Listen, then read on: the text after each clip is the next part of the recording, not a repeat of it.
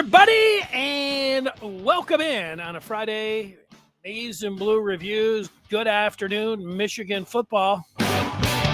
We're ready to kick this one off holiday style, heading in with the 4th of July being on Tuesday. I think a lot of people have that extended weekend where you get Monday off, and hopefully maybe you're able to duck out a little bit early today. And you don't have to be back until Wednesday. That's a long time to enjoy Michigan or wherever you're at. Now, we're here 3 times a week during the summer talking about the latest in Michigan sports. Today, that has to do with a question of the day that I'll present to you as we get ready to flip the calendar. And we know then, you just have to go through July and August, and then it'll be here on September the 2nd. It has to do with a little tease for you, Michigan football and their opener. We'll be getting to that coming up straight ahead, probably in around 10 minutes. But we're going to start with recruiting. And, I figured out that there's a lot of people that follow Michigan football that enjoy the recruiting side of things. What's going on? The latest with the Wolverines' pursuit of the top high school talent around the country. And there's a lot to get to when it comes down to that. As always, we look for your feedback, whether you have a question, you've got a point, you want to get involved in real time. We'll answer those questions. We'll put them up on the screen and we'll deal with them. Richard, wishing everyone a happy Friday and half year 4th of July extra long weekend. That's right. Richard. You and I are sitting there thinking about the same thing. There's Jason from Northern Georgia. I had planned looking at the map in Northern Georgia where I stopped to tell Jason about that. We'll see over this long weekend when I'm sitting around if I remember to do that. Coming up, Brian is in here. He's taking some of that time off. You don't get that. If you don't get that Monday, that's a great day to use that comp day or however it is at work. If you have it, the poster formerly known as Andres, I thought he'd be out watching the Rocket Mortgage Classic, and he probably will be, but the action doesn't start on TV till 3:00 is what I found out yesterday. So, he's biding his time until 3:00 to watch a little golf. And hey, Andres, you'll like it. I put a little bit down on Ricky Fowler, somebody to cheer for over at, with the PGA Tour being in Detroit. And then I took a super long shot in Justin Suh. And Suh has been performing well. So looking forward to that. Andres will be ducking out early today. That's what I like to see. You and sometimes you get your best. I don't know if this is true or not. I was just going to say it. Sometimes you get your best work done, when you're looking around the corner, you tie up a lot of the loose ends and then get out of there. I don't know. There's always, I worked in radio for so long where we're not, where you have to work, like people like in hospitals and, firemen, police department and all of that, where, you don't get these kind of days off, but, a lot of the rest of the population is out there and they are looking forward to, getting ready for the weekend.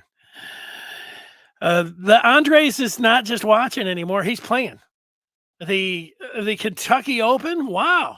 Well, Andres, I thought you were just a weekend warrior, a Kentucky Open qualifier. Good luck for you when it comes down to that. Now, we are going to get right to recruiting, and there's a lot that is going on here. And for the latest in what's going on this weekend, I invite you to join up with the Maize and Blue Review today by going to michigan.rivals.com. Josh Henschke, he's working the phones right now. Trevor McHugh is putting together a post right now, the senior editor of the Maize and Blue Review, and Seth Berry, he's texting away to find out what's going on, to get you the latest intelligence on football recruiting. And, Henschke's ready to hit send on a future cast. And Trevor is getting you, and they're comparing notes about heat checks on where everybody's going. But I got a little bit when it comes down to some of the players, and Michigan, they got a good one yesterday, and that is Jeremiah Beasley out of Belleville, who committed to Michigan, and there he is. There he is. He's excited. That means, remember, you put that your index finger and you wipe your mouth and whatever. I'm sorry. I don't know why I always do that, but that's the thing, man. You get up there and Beasley's ready to go, and Michigan's up to 24 commits, and number two in the team rankings, and it's exciting to be up at number two. And like I said, I've said this before. I'll say it again here. I don't think Michigan is going to finish in the top two, and probably not even in the top five. Now, would I like them to do that? Of course, I would.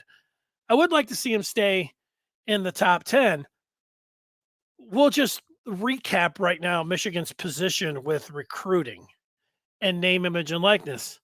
Michigan's approach is they are looking for the second time around with a lot of the top players.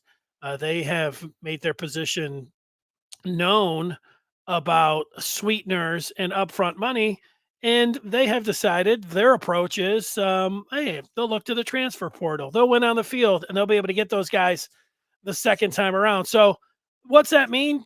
I think for me, it means, and I don't know what it means to you. I think that for most of the very top players, that Michigan's going to miss out on those guys. Those guys are going to take the money's there.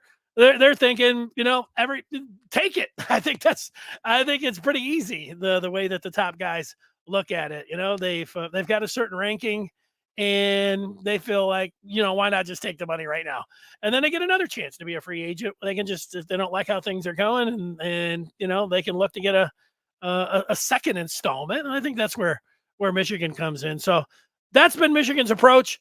And I don't have, if I was sitting around in those meetings, I would say, hey, can Michigan pick and choose? Maybe, throw in some 5 stars, some money, and see what everybody says there. And maybe they'll have to. But the way things are going and everything is working out really well, and when you combine the transfers and the recruiting, you look at Michigan as a top 5 program, getting it done there with getting the talent. So, it's hard, even though you like to just reel in the 5 stars. It makes you feel so good. It's exciting. And, but is it as exciting as, winning on the field and beating Ohio State and being able to put all this together?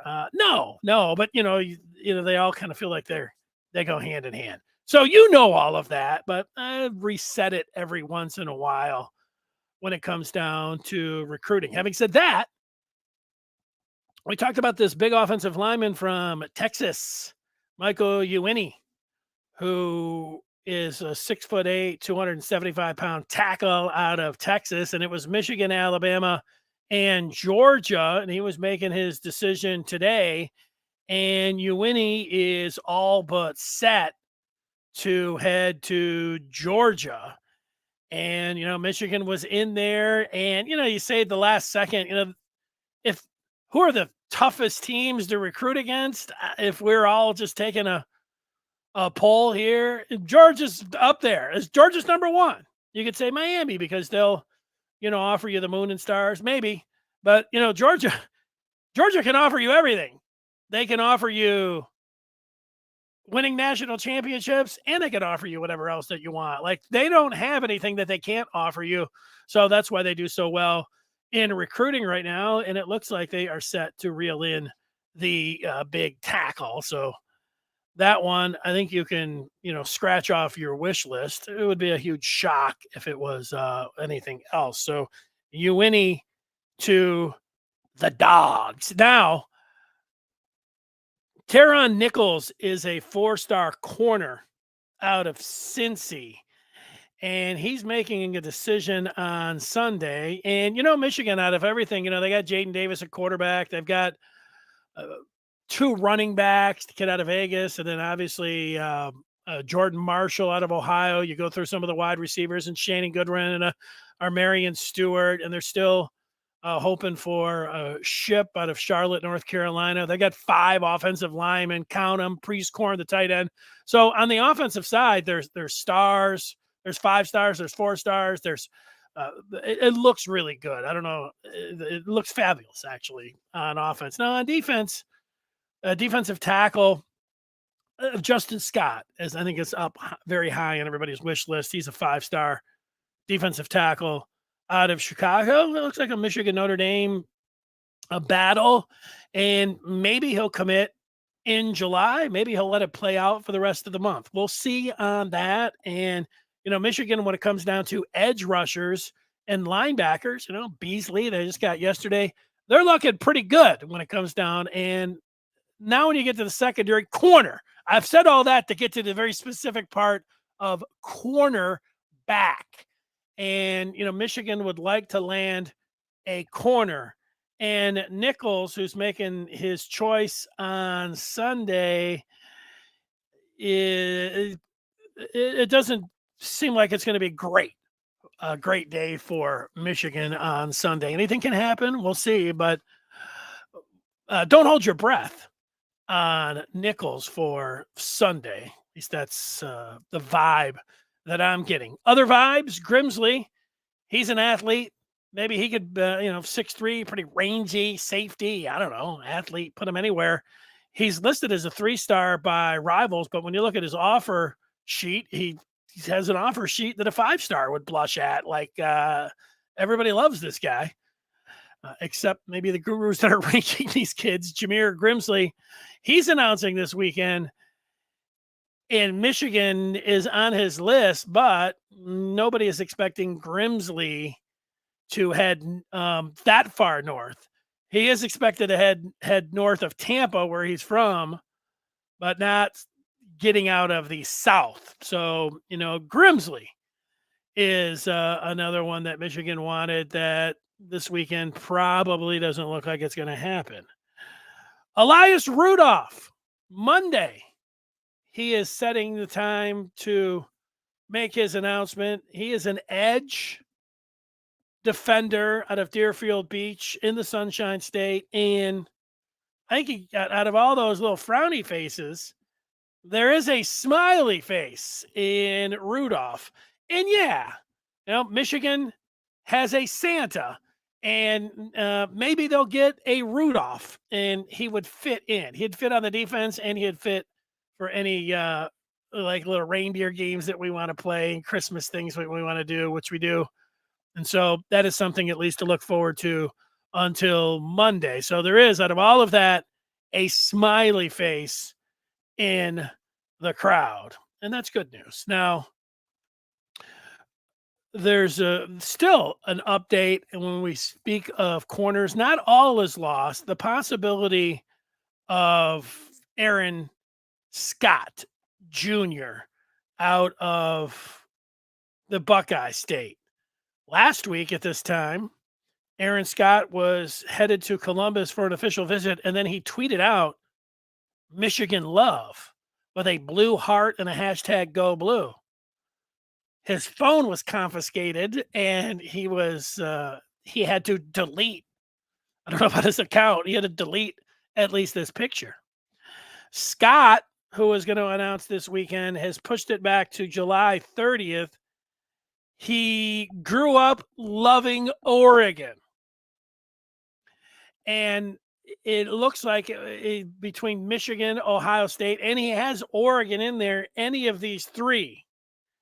Now, July 30th, I am told, is Aaron Scott Sr.'s birthday. Now, Aaron Scott Sr., I'm also told, is an Ohio State fan. So if you're his son, would you set your announcement date on your daddy's birthday, who loves the scarlet and gray, and then pick Michigan? I was reading. I would give the person that posted this. I'm not sure if they knew what they were talking about, or not. But they said with Scott, it's coming down to his head and his heart. He is torn. Now he grew up loving Oregon, so that could be his heart. Oh, I skipped in front like that. That could be his heart. And then what's his head saying? Is it saying Michigan? Is it saying Ohio State? I don't know. The tough part getting by that is his dad's birthday. Now, as you know, I know we're just closing down June here. As July gets ready to close down, Michigan has their recruiting barbecue at the end of July. And the barbecue will be taking place. It'll be at the tail end of the barbecue, July 30th. So if Scott would come up for the barbecue, then I think you start feeling a lot more maize and blue. If you don't see, anything about Scott and the barbecue, I feel like, maybe, this one is going to be, he's going to try to make his dad happy and go to Ohio State. But throw up your hands, still a shot. It's a month away. A lot of things can happen in a month, but that it does stick out that it's his daddy's birthday and that his daddy is a big Ohio State fan with that. Maybe his dad will be like, "Hey, you know what, Junior? You do what you want to do. What you want to do. Don't worry about because it's my birthday. Do what you want to do, and then we'll see what Junior's going to do there. I don't know. That's all I got when it comes down to Scott. Let's see what the people are saying about recruiting. Let's go to it. I'll take any question. And Richard is asking me an any question type thing. He's going to golf and he's asking my opinion on Live and the PGA Tour mix. My opinion on Live getting involved in the United States is that money is the root of all evil. And it's pretty easy for anybody to say, yeah, but everybody's taking money from the Saudis. And I don't know. It's a lot of money involved here. That's what's going on. I did find it interesting that the commissioner, when they were originally going to be their rival, was talking about their humanities record and the atrocities at the hands of the Saudis and their involvement in 9/11. And then he's like, hey, come on in, we'll take it because, we can't afford to, be your rival. So we'll take your money and come along in, let's go. So that's it. Money will make you do some crazy things. They'll make you do some strange things, but it's also, it's easy and convenient to say, hey, everybody else is taking the money. Why not me? Or why not us? And so there you go. It reminds me a little bit, Richard. Yesterday, I was listening to Chris Russo, who his nickname's the Mad Dog. He's a sports talk show host, a national guy, and he was beside himself that these NFL players are getting suspended for gambling. And, his point is that the NFL's got so much money. Why do they need to take money from, FanDuel and DraftKings? And, why would they do that? They have they already have enough money, and they look very hypocritical. The hypocrisy of telling everybody, don't you take this, don't you gamble. And then, hey, we'd like to thank DraftKings for this segment and everything. And I think we all see, just because the NFL, we love football and love sports. Everybody, in general, not every person that I've met like that, but in general, most everybody wants as much money as they can get. And if they have a lot of money in business, they always want more money. So that reminds me of Live. That reminds me of gambling with the NFL. It reminds me of all of that. And if it comes down to, I think the easy way again for me to say it is that money is the root of all evil. Venice looking at these recruits saying it's not looking good. JP talking about Ricky. He is looking good. Being 5 under. tied for 37th. Yeah, well, you can. It's nice and hot today. They won't be watering those greens, but they were shooting pretty low scores yesterday. That was it. Venice is talking about Michigan being ranked number 4 somewhere else. Yeah, well, like Venice, like Rivals has Michigan at 2. If they're around, I don't.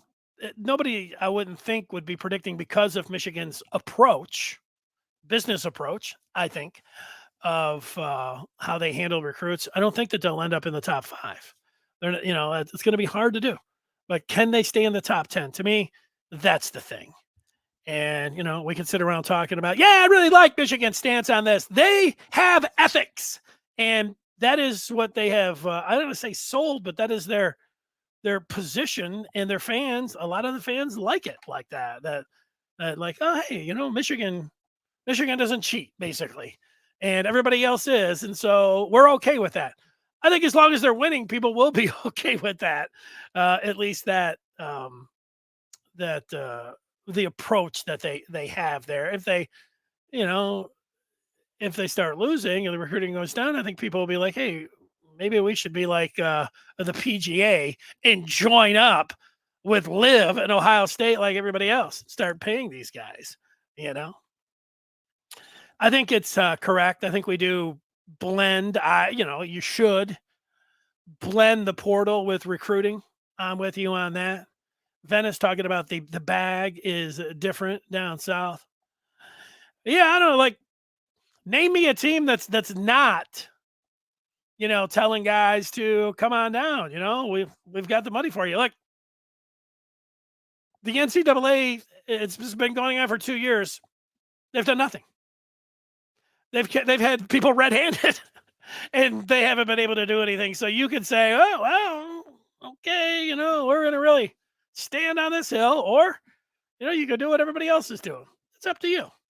Now, Michigan, whether you feel like they're fooling their fan base or whatever else, Michigan's like, hey, look at us. We are above that. Now, I think it's a business approach as much as anything, like, there have been a few things that Michigan is, we'll send an extra coach down. We'll look at a little extra video. We'll, make a call when we're not supposed to. We'll make some contact during the dead period. Oh, those are small things. And then you could say, hey, those are small things. They're not actually paying up, but nobody cares about paying money except Michigan, let's say it. But it works well for them because if you ask 10 Michigan fans, if I ask 10 of you, you'd say Michigan is, they have better morals and better ethics in a dirty dog eat dog live PGA sport. Michigan has the appearance of being above the fray, and most of their fans are buying that. So and as long as it's working, it's it's pretty clever in some ways when you take a look at it. Let's go. Brian talking about Michigan's NIL model. Let's see what he says. It's not going to draw many 5 stars. They work their ass off for 5 to 6 years with the camps, etc. They want some money up front for compensation. Yeah, that's it. Guys want the money. Scott, maybe we could buy Scott's dad a nice birthday present. Well, there you go. A little bidding war. Ohio thinks he's a rat. It's delusional. Well, I don't know, Richard. Is it delusional or expected? As long as I have I'll just say in the 21st century, it has been a rat. Almost everybody that Ohio State has wanted, they have been able to get. Now, Michigan's had this 2-year pop-up. What Michigan can do is continue to win on the field. And then, they'll be able to get some of those very top guys, money or not, whatever. Daddy's a big Ohio State fan or not. So I don't think it's delusional. I think it's expected. But, that's me. Venice indicating that we take money from our corrupted government. Well, that's it. I mean, that's the easy way out. I mean, that's what Phil Mickelson, I think his point was, is when everybody was like, "You're a dirty scumbag that's siding with the terrorist on 9/11," and Mickelson was like, like our government, like everybody else, I don't know. It's always like people are like, where's your car made? Oh, okay. Is my car really all made in the U.S.? Am I buying everything U.S.? Is my phone in the U.S.? Is my shirt? Who's doing all that? Like when you start waving your finger at everybody, and then you're like, wait, everything that I'm buying is made in Southeast Asia or made in China. So and then our government's dealing with the Saudis, so why not get in there and take their blood money? Everybody else is doing it, so the old everybody else is doing it though. I mean, it's a little further examination. That's where we're at with college football. Everybody else is cheating. Everybody else is taking the Saudis' money. Should Michigan do it? Or is Michigan's approach and position, one to kind of, have an appearance with their fan base? Like, yeah, they're doing some things too. But I think there's a little bit of both of those things going on. Anybody that's loudly, I mentioned the Maize and Blue Review. It's where I work, for Rivals.com. We have the posting board there, and people were talking about Michigan's approach with NIL. And there's a lot of alums that are members of the Maize and Blue Review. And one of those fine members was like, I've been taught, to do things not what everybody else is doing, and to stand up above the crowd, all these things. And like what Michigan's doing, like he believes that Michigan's doing, that they're above the fray. And hey, this is not my position to sit here and say, yeah, but what about this and what about that? It's like, if you believe that and your fan base believes it, so, I'll let others poke holes in it or whatever else. Richard expected me to take the character side of things. Yeah, well, character, it's easy for me to say. Hey, I wouldn't take, like if somebody offered me, I don't know, what would it even be? Hey, here's 10 million, 50, and come and call soccer games for Live. $10 million. But I'd be like, I don't really like your guys' humanities record here. I mean, or could I just, would it be easy for me to say, hey, look at everybody in golf's doing it. Why don't I just jump in there?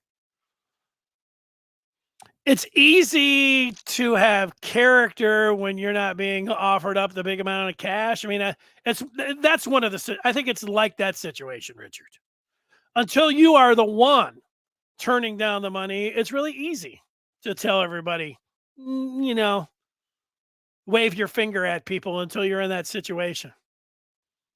It's always like that hypothetical, like, what if your plane crashed in the Andes? What would you be willing to do? And I'm like, I don't know. You're going to have to put me out there on the plane crash before I start talking about gnawing somebody's leg off or something like, I don't know.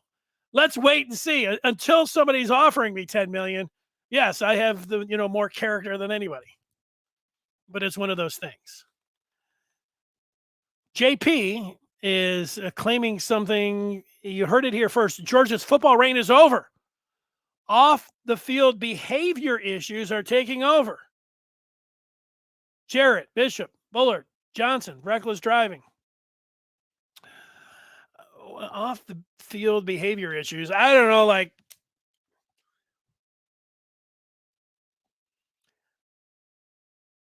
I think you got to be careful when it comes down to off the field behavior issues. JP, like, I don't feel like there's a lot of difference between 18 to 21-year-olds in Athens, in Columbus, in Ypsilanti, in Ann Arbor, in, somewhere in Montana. They all get, there's a lot of the same stuff. Now, is when it comes down to the character Are you looking with the 5 stars? Nobody talks about the character part. I mean, if you've got a clean record, the idea is, or if you're not in jail, or you get a pending felony that you can think that you can, whatever. It's about winning football games, being ethical, and and trying to do the best yeah. But these guys are about winning football games. No, I don't know if all those guys had those issues beforehand. Well, then you have something going on. But I don't know. Like, there's a bunch of guys getting in trouble in the off season, so they're running amok, down in Athens, compared to everywhere else, or the SEC. I don't know. I know that I don't know, when you start comparing problems, or police records. Uh, I let I let the fans do that. Like, I'm a fan myself, but I'll leave that to people that want to break out the police blotter, and hold up the sheets. Look at this rap sheet, or that one. Well, what about this? I mean, when you start getting about, well, what about this, and what about that crime, and come on. But JP adding driving under the influence, reckless driving, the wheels are falling off. Here's Brian talking about Davis dropping to 55 in one of the other sites. Yeah, we've talked about Jadyn Davis. There's a mixed review of Jadyn Davis. There's not a consensus of people that are like, this guy is the greatest gift to college football. And from what I have seen, height, arm strength, delivery, and athleticism. Those 4 things are what people are going on. Now, he's right around 6 feet tall. You can say, what about last year's pick for the Carolina Panthers and Bryce Young? He's shorter than Jadyn Davis. To me, that's a good point. And, the athleticism overall, like, I've watched this highlight film. Do I see a guy that looks like, Kyler Murray running around back there? No. Um, you know, Bryce Young, I don't really know exactly how athletic he is. It wasn't like he was a real RPO takeoff, like, slippery running quarterback. He was just like Houdini. He had such a great feel in the pocket, escapability, and everything to make these throws, keep his head up. He was great that way. That's why he ended up being the number 1 pick. But when you are just looking at somebody, how they throw the football, and arm strength, and height, and athletic ability, I can see how there could be a mixed bag. Now, from what I have been able to see, and this is just watching, I don't know, 20 minutes of tape, I don't see any issues with the delivery of Jadyn Davis. And that hasn't just been one person. I've seen at least 5 people commenting on his delivery. And, so if you don't have like a pure delivery, I can recall myself when Phillip Rivers was coming out of NC State. I said, I would never take that guy. This guy shoots it out. You can't throw the football like that. Well, he did all right. And the way guys are throwing the football now, they run around off platform, winging it out here. I get it.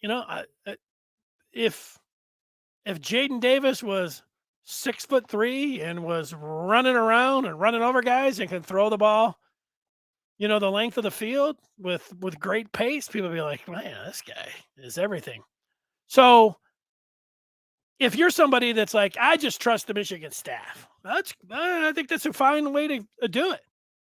You've looked at it yourself and think, yeah, there's been plenty of guys that have been, that had this kind of build and everything else that have been able to get it done. There's a point there too. I think that because of the size, and when the delivery, you can understand how there are people that have mixed thoughts that are, I'm going to say, all over the place, but why some are a little bit higher and some are a little bit lower. To me, all of that stuff is fair. He's coming in early for spring. Watching Jadyn Davis in the spring, in the spring game when he comes in, what will he look like athletically? Will he be able to make all of the throws? How big will he look at that? All of those things we'll all be keeping our eyes peeled out, and then you just hope for the best. But again, you can kind of see that. Brian doesn't care if JD drops to 3 stars. He's our quarterback, and he'll work in the Michigan offense. Well, I don't, like if he drops now, yeah, he's a Michigan man now. Michigan's not, they're taking him. He's the guy. So that's it. We'll see how that ends up coming out.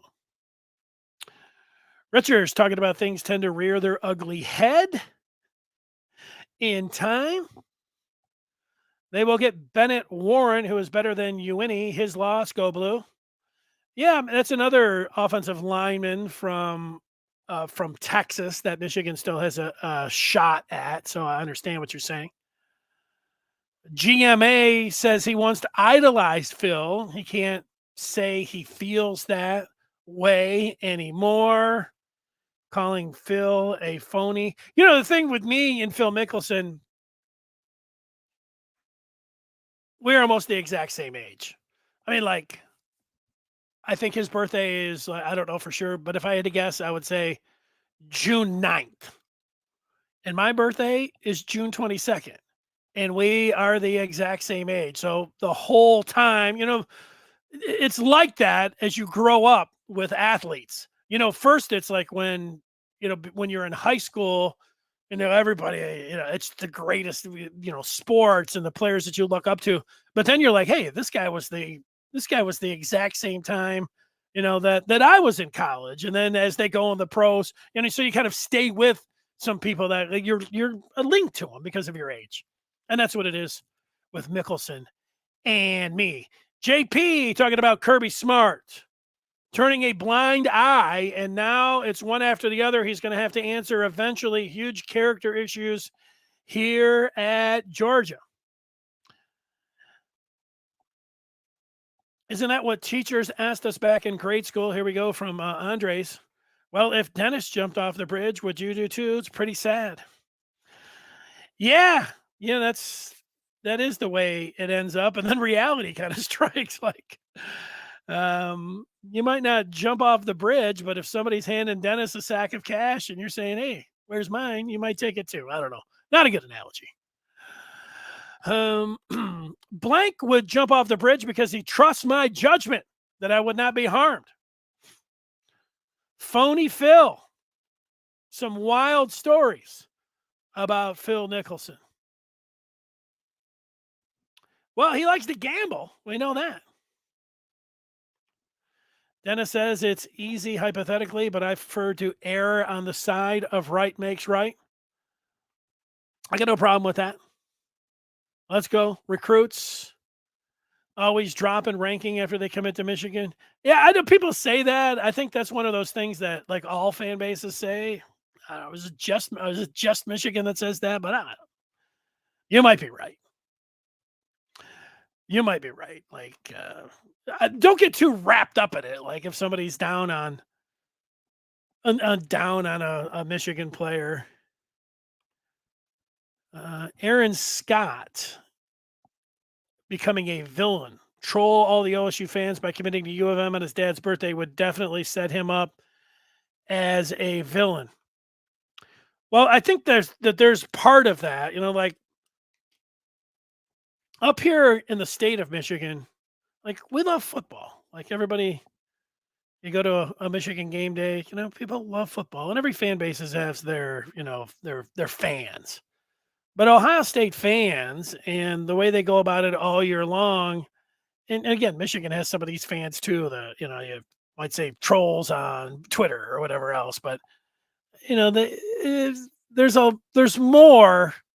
You've got to really if there was somebody in a high school here in the state of Michigan that ended up committing to Ohio State. People might be like, boo, whatever else. But then, hey, they wish him luck. It wouldn't be that kind of treatment for Aaron Scott.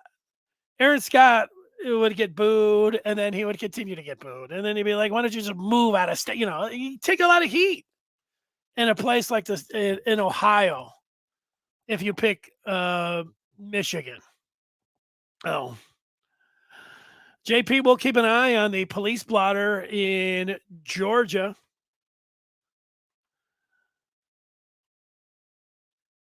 People turning a blind eye because they are winning. Yeah, that kind of happens. What's going on? Let's get to the question that I had for the day, so I can put it up on the screen for you.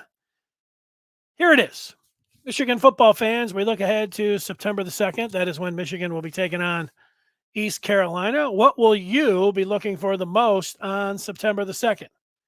What will you be looking for the most on September the 2nd? Or, I'll put it another way, what will you be looking for the most in the opener? Give me your answer. Now, I'll take some of your answers, and I will also give you, for me, 3 things. And if I was just doing this as somebody that was out there, I would just give you my number 1 thing that would be out there. Brian, right off the bat, is saying starting corner. That's what he's going to be looking for. And I think you're right. Out of all of the positions that people will be battling for, that is the number 1. That's not what I picked. That is the number 1 positional battle. And I do think that with the non-conference games that they have, that you might see a couple different guys out there. You might even see different guys starting from one game to the other.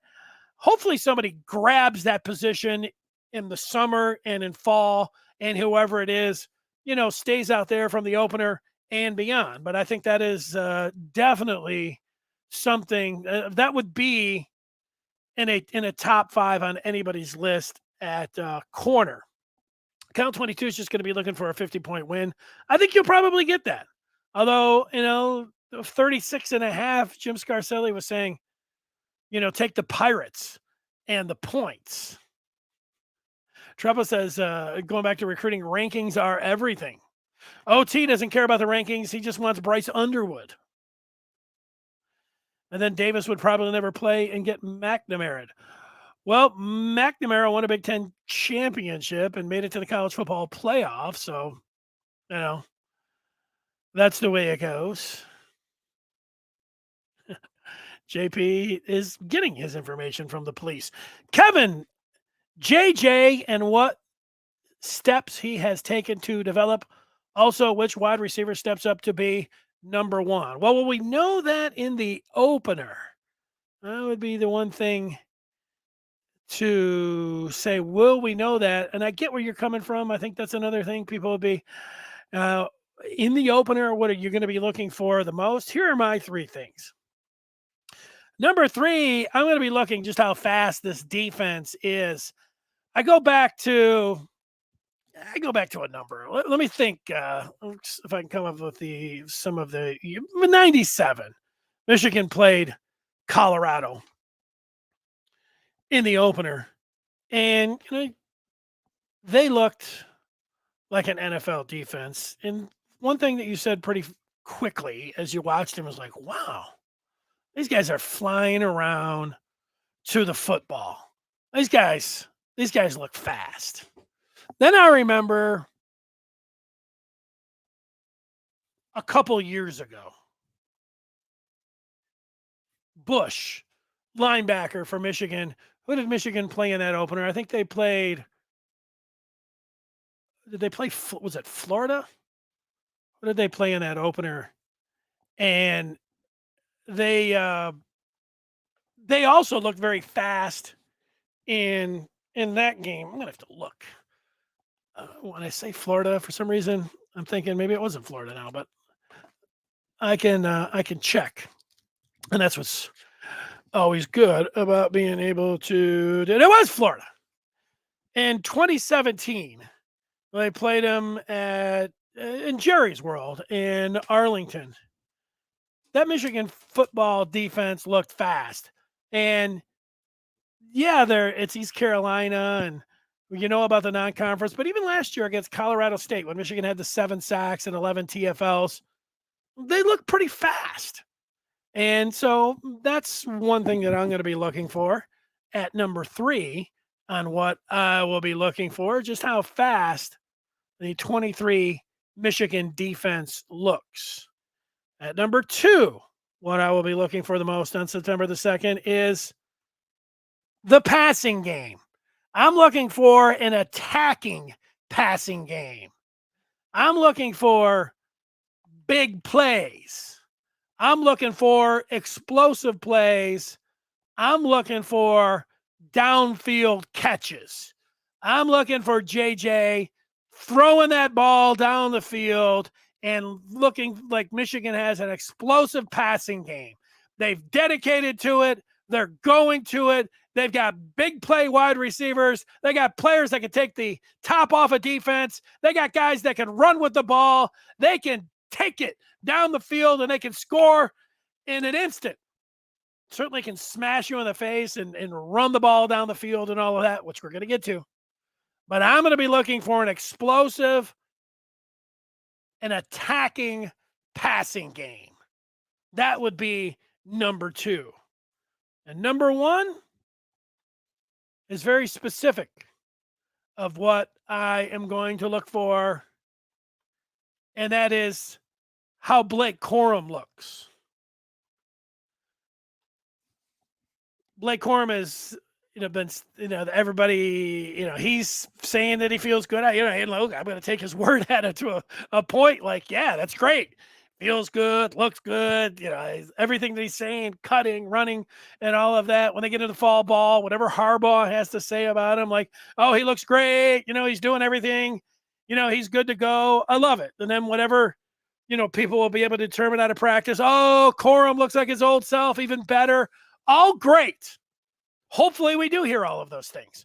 But until I see Corum out there, and the first time that you're going to see him go up against a player that has ill intentions, that is trying to knock him out, that is trying to get him down to the ground, and they're not worried about any thud tackling or, it's going to be against a real opponent. And that is on September the 2nd. And to me, that is going to be number 1.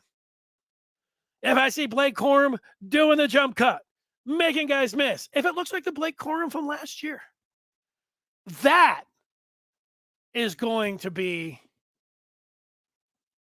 fabulous. Even though you're hoping for that, you could say after you hear everything and after you hear everything from everybody, just how great he is, you're expecting it. But then when you see it, to me, that is going to be great for Michigan. So what am I going to be looking for the most on September the 2nd? Just how Blake Corum looks. Yeah, I do want to see that passing game. And I want to see it, blasting off. I want to see bombs away. And yeah, overall, the defense, speed is going to be something that I want to see how fast that defense is. Let's take some of the feedback here in the remaining minutes. We're always doing that, looking for feedback. Let's get in there. Richard is looking towards line play. He wants consistent line play, both on the offense and defensive line. C. Faust just wants, for an opener, the curtain goes up, sharpness and execution. You sound like a coach, CF. Account 22 wants Michigan to leave the starters in a bit longer, like all of the other big programs do. Account 22, you're saying things that I think that I don't agree with. I don't think that Michigan polls their players before other teams do. And Michigan is afforded something this year like they were last year. And that is that essentially they can't feel like this, and the coaches can't say it. These are tune-ups. Michigan can do whatever they want with East Carolina. And you might have a stronger point if we were talking about 5, 10 years ago of keeping everybody in and everything else. But now, with as many players that Michigan has, I want the opposite of you account 22. I want to see more players. I want everyone to play, and I want them to play legitimate snaps. Yeah, I want JJ to go out there and have an attacking passing game. But you know what? I want to see Davis Warren in there. I want to see Jack Tuttle. I want to see Alex Orji. I want to see all. Can I see Blake look good on his leg? Can I see Donovan Edwards on both of his legs and both of his arms? I remember he hurt his hand and he got his knee cleaned up. Can I see the battle between Stokes and Benjamin Hill and Caban? I don't know if I can see all of those guys, but I want to see as many as I can. I've talked with coaches about this, and the thing for coaches, what you're saying, I don't think is true. Account 22 players. Blake Corum wants to play. Blake Corum he wants to win it all, but he wants it all too. He wants to win the Heisman Trophy. So, yeah, he wants to get in there and score a couple touchdowns, and he wants to get over 100 yards. So does Donovan Edwards. So you don't want to. This isn't like in high school, like where it's 75-0 at the half, and then you just poll everyone. You've got a lot of depth. Let's see it. Get out there and play. When you're in there, make it count. I disagree with everything about this. I don't think Michigan polls their starters, and I don't believe that other programs leave their starters in longer than Michigan. I've never thought that. I've never heard anybody claim that, but so I don't feel like that. So I'm disagreeing with you. Blank. The 97 defense was basically an NFL defense. They had multiple NFL players at every level. I'm with you on that. JP says he spoke with a UNLV wide receiver yesterday. They have a beat Michigan playbook for September the 9th. They're putting all their chips in for us, pun intended, Vegas. That's fine. They better, JP. You want to shock the world? You better believe. Hopefully they do come in here. Give Michigan, put all of your chips in there. Let's go. Victor talking about May's uniforms from 2017 game. They are seared into my memory. The all mazes, they're all right to me. I'm all right with them. I like the classic, home Michigan uniforms, but I don't know if I've seen a Michigan uniform that I don't like. So, now if they went out there one time and they took the wings off the helmet. Remember when Rodriguez took Tate Forcier's wings and you saw a picture of him, just a blue helmet? Like if they came out there and something like that, I'd be like, whoa. I can't say that I'm just going to endorse anything. Hey, Michigan can do anything they want. But I like all the uniforms. The kids like them too. So what are you going to say? Brian's looking for Corum to have 5 carries, maybe 8. You're going to see more carries than that, I would expect, Brian. OT's thinking that left tackle is going to be the biggest offseason battle. Barnhart versus Henderson. It's the biggest and most important battle. Well, I think Ladarius Henderson, the grad transfer from Arizona State, you could be right. Along with Barnhart, there's going to be some other guys in there that might have something to say as well. How confident am I in Sharon Moore's play calling? I don't know. He's never called a play. Oh, I'm sorry. Like he was collaborative last year and made some calls with Matt Weiss. I don't know. Sharon Moore's in a great position.